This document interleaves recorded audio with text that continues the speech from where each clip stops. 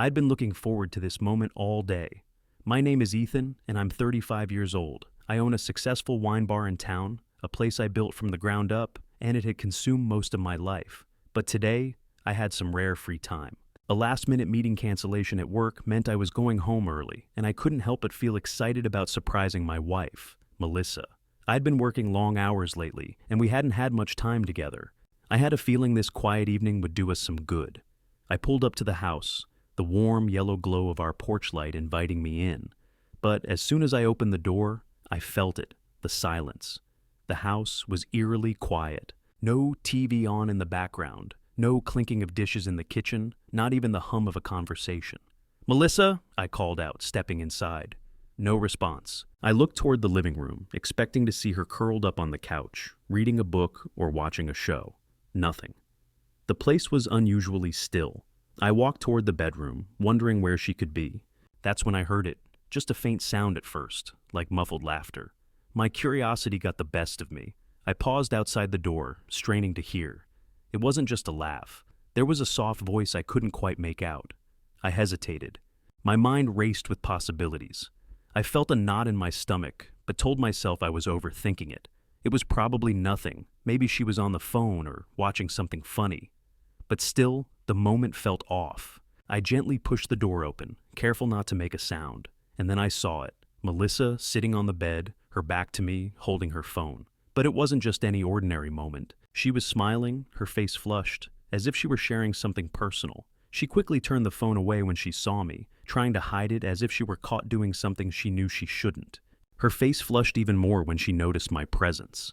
"Oh, hey," she stammered, straightening up. I stood there, frozen, not sure what to do next. I had no idea what was going on, but that moment, that look, set something off inside me. "Who are you talking to?" I asked, trying to keep my voice steady, my eyes narrowing in suspicion. She quickly brushed it off. "Oh, just, a friend from work. Nothing serious. Just catching up." But there was something about her tone, something so rehearsed. It wasn't just a casual chat. There was a disconnect in her voice, like she was hiding something. I should have let it go. I should have pretended I didn't see anything, but I couldn't. Something felt wrong, and I couldn't shake the feeling. As I stood there, the weight of the situation hit me like a ton of bricks. The air felt thick, like we were standing on the edge of something bigger than just a conversation. I didn't say anything more. I just nodded, took a step back, and quietly closed the door behind me. But in my mind, the questions swirled like a storm. I couldn't shake the unsettling feeling in my chest as I replayed what had just happened in the bedroom. I knew I shouldn't have let my mind wander into darker thoughts, but the image of her quickly hiding the phone when I walked in kept flashing in my mind. I was on edge the entire night, barely able to focus on anything. The awkwardness between us was palpable. It wasn't like the conversations we used to have. There was a distance now, something I couldn't quite place, but I couldn't ignore it. The next morning, I couldn't take it anymore. I had to ask. "Who was that last night?" I blurted out, my voice coming out sharper than I intended. Melissa, still groggy from just waking up, looked at me for a second, then shrugged, trying to act casual. "Oh, it was nothing. Just a friend. We were talking about some meditation stuff, you know? I was showing her an app I've been using." "Meditation app?" I tried to keep my face neutral, but I could feel my jaw tightening. Something wasn't adding up. "A meditation app?" I repeated, trying to sound calm. "You were laughing like that over a meditation app?" She smiled faintly, her eyes avoiding mine. "Yeah, I guess it sounded a little more fun than it was. I swear, nothing to worry about, just, girl talk." I didn't push any further. The ease with which she dismissed my question made my stomach twist. She wasn't even trying to make it convincing. She didn't sound guilty or uncomfortable, just dismissive, like it didn't matter. But it mattered to me, and that little lie, so casual and effortless, only made my suspicions grow. Later, when she stepped into the shower, I saw my chance. I grabbed her phone from the bedside table, my hands trembling with the weight of what I was about to do.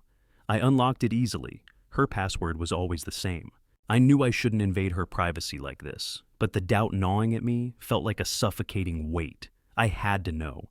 I scrolled through her call history first, but my heart sank. It was empty. Completely wiped clean. No recent calls, nothing for the past few days. I ran my finger down the screen, double-checking. There should have been a list, at least one phone call that could explain the muffled conversation I overheard. But there was nothing. I quickly swiped over to her apps. Meditation apps, she had said. I searched through them, expecting to find something new, something that would match the story she told me. But there was nothing out of the ordinary. No meditation apps. Just the usual. Social media, music, shopping. I felt my chest tighten. If there was one thing I knew about Melissa, it was that she didn't hide things well. She wasn't a great liar. And yet here I was, staring at a blank call history and no sign of the meditation app she claimed to be using. It didn't add up. I placed the phone back where it was, right as I heard the shower turn off. I didn't confront her. I couldn't. Not yet. That night, as we lay in bed, I stared at the ceiling, the weight of the situation pressing down on me. How could she lie like that? Why hadn't she told me the truth? Was she hoping I wouldn't dig deeper? I knew I should have confronted her directly, but I also knew that doing so would be futile. She would deny it, offer some other excuse, and we'd be back to square one. Instead, I decided to wait, to watch her, to see if the silence between us would be the key to uncovering the truth. Because in my gut, I felt it. This wasn't just some harmless misunderstanding. This was bigger, and I needed to let it unfold on its own. Lying in bed, her breathing steady beside me, I felt a cold, overwhelming realization settle in. I couldn't fix this with a simple question. I couldn't even ask her to explain. It was something I would have to observe, not confront. At least not yet. And I wasn't sure what it meant for us, but I knew one thing for sure. Everything had changed. Over the next few days, I couldn't shake the feeling that something was off. I tried to go about my routine, work, the occasional dinner together, the quiet moments we used to share, but the cracks in our relationship were becoming too hard to ignore. It wasn't just the phone call or the odd behavior the night I found her hiding the phone. No, this time, it was the small, subtle things. Little actions that, when put together, painted a picture I didn't want to see. She started to hide her phone more often. The screen would light up, and if I happened to glance over, she would quickly swipe it away or turn it face down. I noticed she'd start leaving the room to take calls. I wasn't an idiot. These were the types of things you do when you're trying to keep something secret. And it wasn't like her to be so guarded about her phone before. I tried to brush it off, told myself I was being paranoid. But it kept happening. One night, after a quiet dinner, I picked up my phone to scroll through some old photos. My thumb hovered over the screen until something caught my eye, an image of her and another man, smiling in a photo I didn't recognize. They were at a bar, holding drinks, laughing. The man's arm was around her, and she was looking up at him with a smile I hadn't seen in months. The image was taken a few weeks ago, during a weekend trip she'd said she spent with some old friends. I felt my pulse quicken, my throat tightening. I zoomed in on the photo, studying his face, and then I recognized him. Logan. A name I'd heard in passing. She'd mentioned him a few times over the years, but only ever casually, as a coworker she barely talked to anymore. But there he was, clearly too close, too familiar. Her smile was too wide, too real. She was laughing with him the way she used to laugh with me. My mind reeled. This wasn't some random person. This was Logan, the man she had insisted was nothing to her, a name she brushed off with such nonchalance. I didn't react immediately. I didn't want her to know I had seen the photo, so I slid my phone back down, pretending to check my messages. My heart was pounding in my chest. I had to know more, but instead of confronting her, I decided to test it. I raised the question casually, as if nothing was wrong. So, I started, leaning back on the couch while she flipped through a magazine beside me. How was that weekend you spent away a couple weeks ago? You said you went with some friends? Her eyes flickered to mine before she quickly looked back down at the magazine. Yeah, it was fine, she said, her voice a little too light. Just a couple of old friends. You know, nothing special. I could see right through it. Her answer was vague, and the way she avoided eye contact told me everything I needed to know. You didn't mention much about it afterward, I pressed, trying to sound casual. Who were you with again? She shifted, clearly uncomfortable. Oh, you know, she said, shrugging. Just a few people from work. Nothing to write home about. But I could see the tension in her shoulders, the way she fiddled with the edge of the magazine. I could tell she wasn't telling me the truth, and that gut feeling from before surged again. I didn't need to push any further. It was already clear. Logan wasn't just a coworker, and her avoidance, her attempts at brushing off the question, confirmed my worst fears. This wasn't some casual fling. It was something deeper, something more. I didn't say anything more. I simply leaned back, watching her try to act normal, knowing full well that the silence between us had grown thicker. I wasn't going to let her lie her way out of this anymore. I just needed more proof. And I was going to get it. I couldn't stop thinking about the photo. Logan, Melissa, the way they smiled at each other, as though the entire world outside of that moment didn't exist. It wasn't just the image. It was the realization that I'd been living in a relationship that wasn't what I thought it was. I needed more. I needed to know for sure, and the only way to do that was to dig deeper. One afternoon, when she was out running errands, I saw my chance. I didn't know if she'd hidden something or if there was more to uncover, but I couldn't shake the feeling that there was more I hadn't seen. I grabbed her laptop first. It was open, sitting untouched on the kitchen counter. She usually left it on for convenience, but this time it felt like an invitation. I scrolled through her files, checking emails, documents, anything that could reveal a clue. There was nothing obvious, no incriminating emails or suspicious documents. It was as if she had meticulously covered her tracks. But the more I searched, the more I realized that this wasn't an accident. She had been careful. Too careful. I sat back, the weight of the situation sinking in. This wasn't the careless affair of a woman who thought she could get away with it. She had been planning, managing everything so it would stay hidden. It was like she'd rehearsed her lies long before I started asking questions.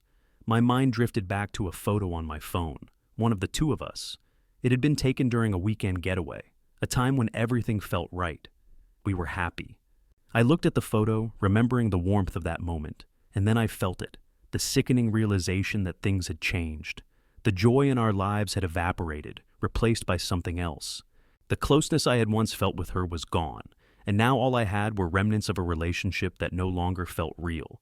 Melissa wasn't just lying to me now. She'd been hiding pieces of herself, and she'd been doing it for a long time. But I couldn't be sure of the depth of the deception yet. Maybe there was something more I'd missed. I decided to ask her about a recent photo album we'd synced, one that I hadn't seen in a while. Maybe it was nothing. Maybe I was overthinking it, but it felt like something was off. I needed to test her again. When she walked in, I kept my tone casual. "Hey, I was checking out the photo album earlier," I said, pretending to scroll through my phone. "Did you add that new trip from a few weeks ago?" She looked over at me, her face immediately shifting into that guarded expression she used whenever I asked too many questions. "What do you mean?" "What trip?" She reached for her own phone and started tapping it quickly. "You know," I pressed lightly, keeping my tone nonchalant, "that weekend getaway, the one with the girls?" She hesitated just a second too long. "Oh, that one," she said finally, her voice a little too quick. "Yeah, I added it last week. I just forgot to show you." I nodded, pretending to buy the story, but something in her explanation felt off. Why had she added that album so late? Why had she been so quick to dismiss it? She wasn't looking at me anymore. Her gaze was distant, like she was searching for an escape from the conversation, and her fingers kept tapping nervously on the edge of the phone.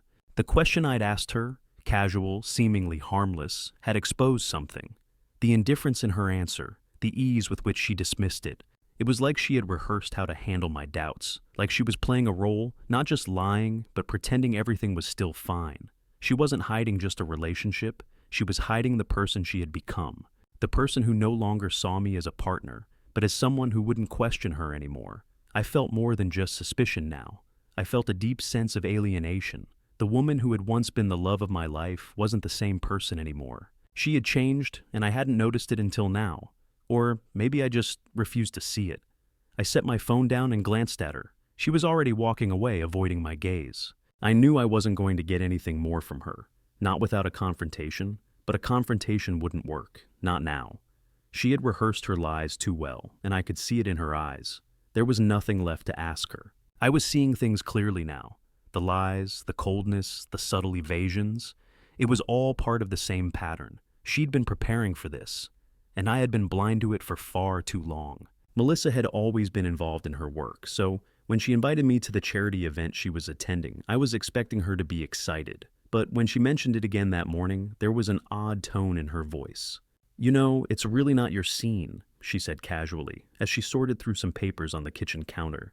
"Maybe you should just stay home tonight." I raised an eyebrow, surprised. "What do you mean?" "It's for a good cause." She smiled, but it didn't quite reach her eyes. It's just lots of work people, you know. I think you'd be bored. There was something in her voice, an edge of finality, that didn't sit right with me. Normally, she would want me by her side at something like this, but today, she seemed almost eager to push me out the door. It was subtle, but I could feel the weight of her words more than ever. I pretended to go along with it, nodding like I agreed, but in my gut, I knew something was off.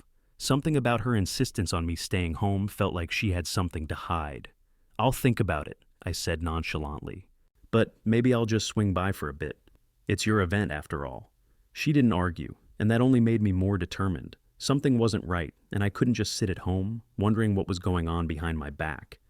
That night, when she left for the event, I decided to follow her. I told myself I wasn't being irrational, but deep down, I knew I needed to see it for myself. I arrived at the venue just as the event was getting started. It was an upscale hotel, the kind of place Melissa loved to frequent, full of high-end decor and expensive drinks.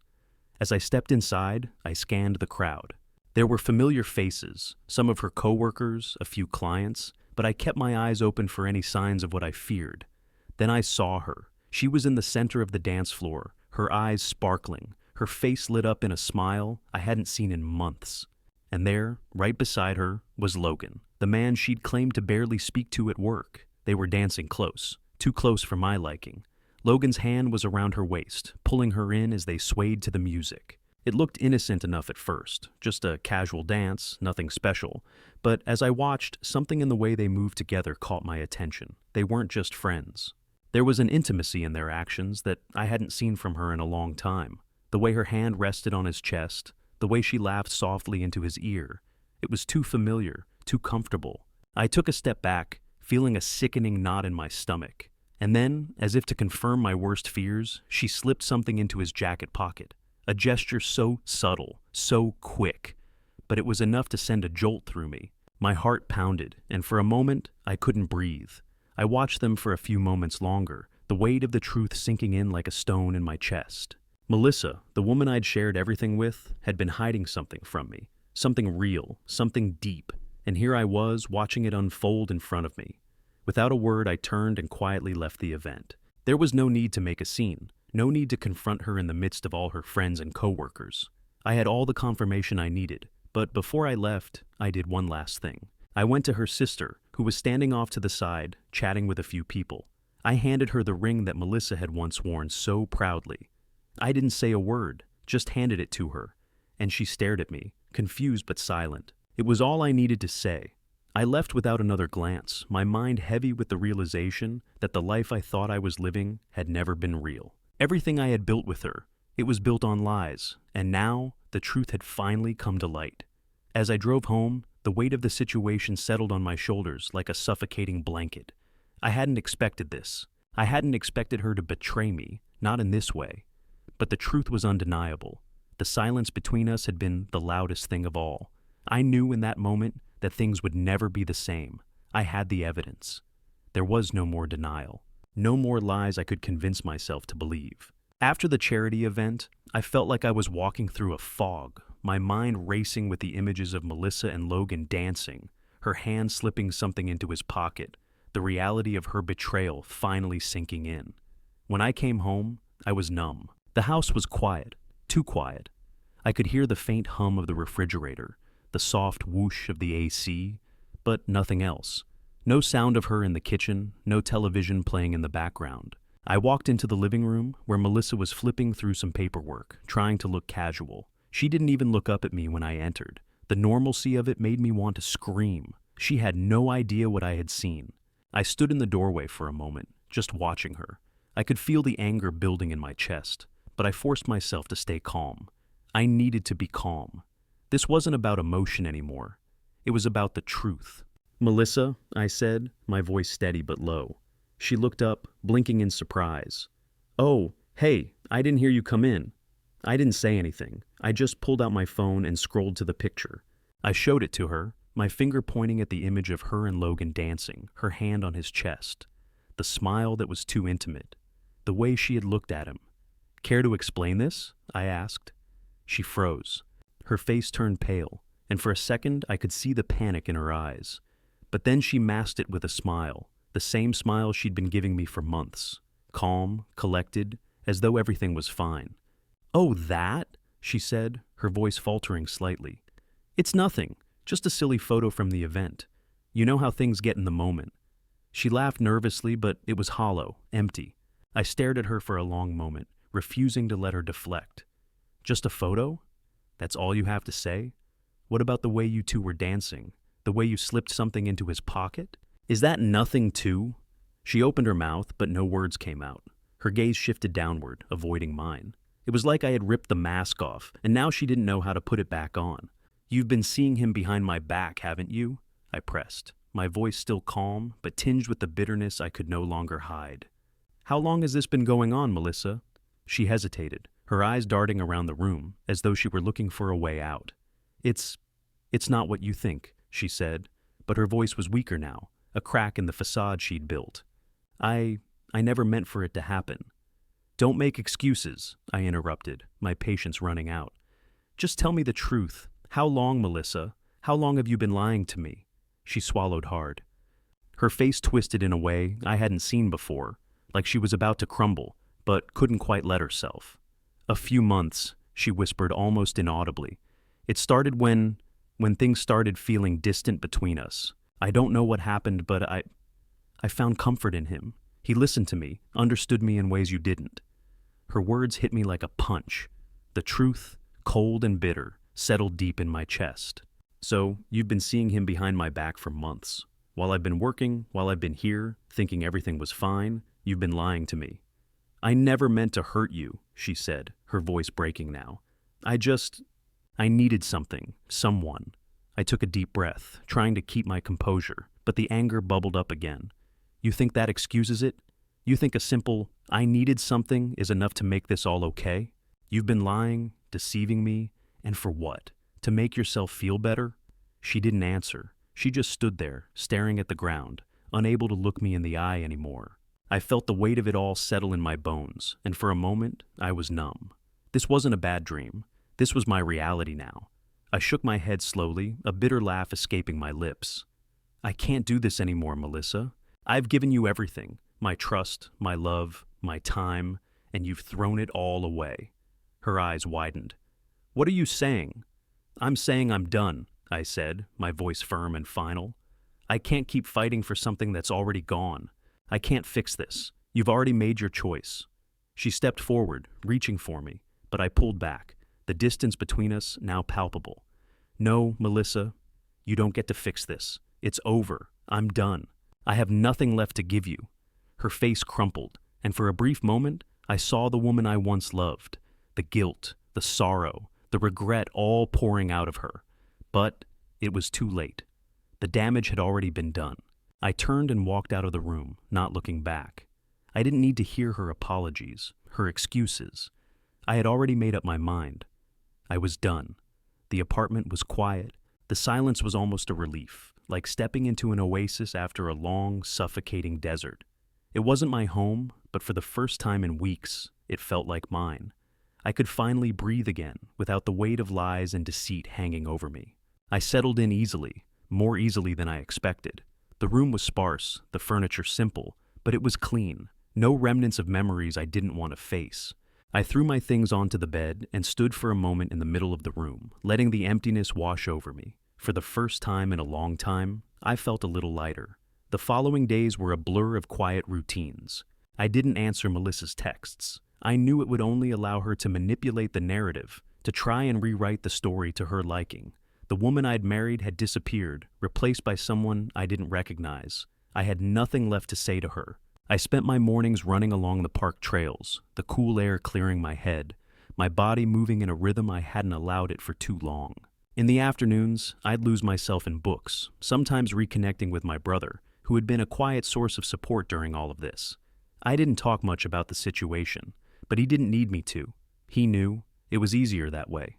Words felt heavy in my mouth, and honestly, I didn't want to speak them. But then, 2 days later, I heard a knock at my door. I didn't need to check who it was. I already knew.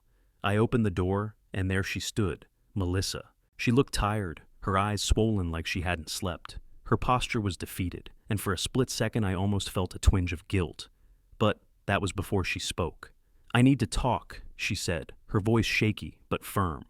"Please." I didn't let her in. I stood in the doorway, blocking her entry, not out of anger, but because I didn't need her inside. Not anymore. "I've been thinking," she continued, her eyes locked onto mine. "I didn't expect you to leave. I didn't think you would walk away." She paused, searching my face. "But I get it now. I tried to sabotage everything. I pushed you, I pushed us, so that you would be the one to leave first. I wanted you to walk away so that I wouldn't have to face what I'd done." She took a breath, her eyes glossy with unshed tears. "I'm sorry. I never wanted to hurt you. I held up a hand, cutting her off before she could say more. "Number. You don't get to do this. You don't get to make this about me or apologize now. You made your choices, Melissa. You made them months ago, and now we're both living with the consequences." She stepped back slightly, a shadow of the woman I once knew flickering in her eyes. "I never wanted you to leave," she repeated softly, almost pleading. "Too late," I said, my voice steady, though my chest felt heavy. "I've already left. There's nothing left for us. I can't keep fighting for something that isn't real anymore." Her eyes welled up, but she didn't cry. She just stared at me, her expression filled with a mixture of guilt, disbelief, and resignation. "I don't expect you to forgive me," she whispered. I wanted you to know that I never expected this. I thought we could fix it. I thought you'd never leave. I'm already gone," I said, my voice quieter now. "And I'm not coming back." For a long moment, neither of us spoke. It felt like everything between us had already been said without words. She didn't fight me, didn't beg me to stay. She simply nodded, her lips trembling as she finally turned to leave. Before she stepped out, she paused. "I hope you find peace, Ethan. I really do." I didn't respond. I just closed the door behind her, letting the sound of it echo through the empty apartment. And in that silence, I felt something shift. There was no more guilt, no more second guessing. I had made my choice, and for the first time in a long time, it felt like the right one. I didn't look back. I spent the morning packing my things, carefully selecting what I wanted to take with me and leaving the rest behind. The room felt strangely empty as I moved from corner to corner, collecting a few personal items, clothes, a few books, and some toiletries. It was a far cry from the life I once imagined living here. The house felt like a shell now, no longer the place I had called home. It was just four walls filled with the remnants of a relationship that had been nothing more than a lie. The furniture, the pictures, the little knickknacks we'd collected together, they were all just reminders of a version of us that no longer existed. I stood in front of the bookshelf for a while, looking at the framed photos of us. There we were, smiling on trips, laughing at family gatherings. I almost reached for one of them, but I stopped myself. What was the point? The smiles in those photos weren't real anymore. They belonged to a past that had evaporated. I couldn't keep these things. They were just ghosts of a life I'd outgrown. I moved toward the closet, my hands lingering over the things that meant the most to me. There were clothes I'd worn with her, things I'd picked out for our vacations, shoes we'd bought together on a random afternoon. But as I held them in my hands, I felt nothing but emptiness. This was no longer my life. It was hers, a life I wasn't part of anymore. I grabbed a few things, but not the sentimental ones. I didn't want to leave reminders behind. I wasn't going to hold on to anything from this house that would make me think I could go back. Not after everything. I heard the front door open. My heart skipped a beat as I stood frozen in the middle of the room. I knew who it was before I heard her footsteps. Melissa? She must have come home early, probably to check if I'd finally snapped and come back. When I heard her voice, soft, almost hesitant, calling my name from the hallway, I didn't move. I had no intention of seeing her. I wanted to be gone before she could even reach me. But she found me. The door to the bedroom creaked open slowly. Her eyes scanned the room, landing on me, packing the last of my things into a duffel bag. There was a moment of silence, an awkward, tense pause before she spoke. "You're really leaving, aren't you?" Her voice was almost a whisper. I didn't answer right away. What was there to say? She had already made her decision to betray me, to destroy everything we'd built together. It was too late for words. When I did speak, my voice felt detached. "I'm done, Melissa. This place isn't home anymore. Not for me. Not with you." I turned to look at her, meeting her eyes. She was standing in the doorway, her arms hanging limply at her sides. She didn't say anything. She didn't beg me to stay. She just stared at me, a mix of guilt and sadness flickering in her eyes. "You never thought I'd leave, did you?" I asked, my voice steady. "You thought I'd stay. I was just a safety net, but not anymore." She flinched at my words, as if I'd slapped her, and for a moment, I almost felt sorry for her. But that feeling faded quickly, replaced by the cold clarity of everything I'd been avoiding. I wasn't the one who had broken this. She had. I could see the tears welling in her eyes, but I didn't feel the need to comfort her. I had already mourned this relationship long before I packed my things. Her emotional outpouring wasn't going to change anything. "I know I messed up," she said quietly, her voice breaking. "I never meant for things to end like this." I took a deep breath and exhaled slowly. "But they did," I said, the truth heavy in my chest. "And I can't keep pretending." "I'm done, Melissa." For the first time, she stepped forward, slowly crossing the threshold into the room. Her feet moved as though she was walking through mud, as if every step was an effort. She reached for me, her hand trembling. I stood still, not responding, not allowing her to touch me. The warmth that once existed between us had long disappeared. "I'm sorry," she whispered, her voice fragile. The words felt empty, like they were meant to ease her conscience, not mine. I didn't need her apology. I didn't need anything from her. "I know," I said softly, "but it's too late." And then, just like that, the silence between us felt louder than any argument or confession ever could. I moved past her, heading for the door. As I passed by, I caught a glimpse of the woman I used to know, the woman I thought I could trust. But she wasn't the same anymore. Neither was I. I grabbed my bag, my last bit of belongings, and headed out the door. I didn't look back. I didn't need to. And as I stepped outside into the cool air, I felt a strange sense of freedom. A weight I hadn't even realized I was carrying lifted off my shoulders. I wasn't going back. I couldn't. And for the first time in a long time, I felt like I was finally free. I drove aimlessly, the city lights blurred in the rearview mirror, slowly fading into the darkness of the road behind me. The hum of the tires on asphalt was the only sound in the car, my mind quieter than it had been in weeks. I didn't know where I was going. Hell, I didn't even care. For the first time, I wasn't tied to a place, to a person, to a life that had become a lie. The past few days had been a blur, packing, moving out of the apartment, cutting ties with Melissa. It was like stepping out of a fog and into something entirely different. And yet, I still couldn't shake the feeling of being lost, of not knowing what came next. I wasn't running away, I was walking towards something, but I didn't know what that something was. After a few hours of driving with no particular destination, I found myself pulling into a small roadside motel. The sign was cracked, the neon flickering in the dim light. It wasn't much, but it felt like exactly what I needed. Quiet, empty, and far from everything I had left behind. I checked in, the receptionist barely glancing up from his phone. The room was simple. A bed, a small desk, a bathroom, but it didn't matter. It wasn't the room that was important. It was the space it offered, the space to breathe. I sat on the edge of the bed for a long while, staring at the cracked walls, the faded curtains. My phone sat on the small table beside me, still buzzing with notifications I ignored, texts from Melissa, calls from her. I hadn't opened a single one, not one.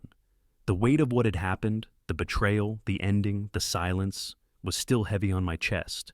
But there was something else too, a strange sense of freedom creeping in. I wasn't tied to that life anymore.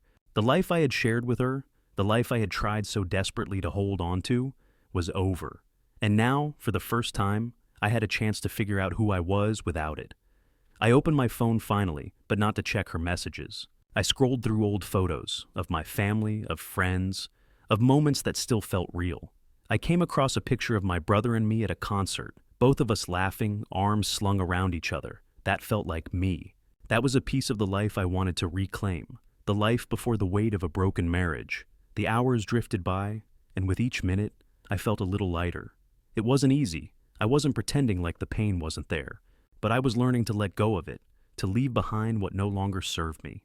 Melissa's face, her voice, the way she had betrayed me. It didn't need to follow me anymore. I got up and went outside, breathing in the cold night air. The stars were bright in the sky, like a reminder that there was still beauty out there, beyond the chaos. I walked to the edge of the parking lot, my footsteps slow, my mind racing but clear. It felt surreal. It felt like I was walking away from the life I thought I was supposed to have, toward a future I wasn't sure of. But for the first time in so long, it didn't scare me. I wasn't afraid anymore. I sat on the hood of my car, staring up at the stars, letting the silence settle in. This was my time to rebuild, time to find myself again. The weight of the past would always be there, but I wasn't going to let it crush me anymore.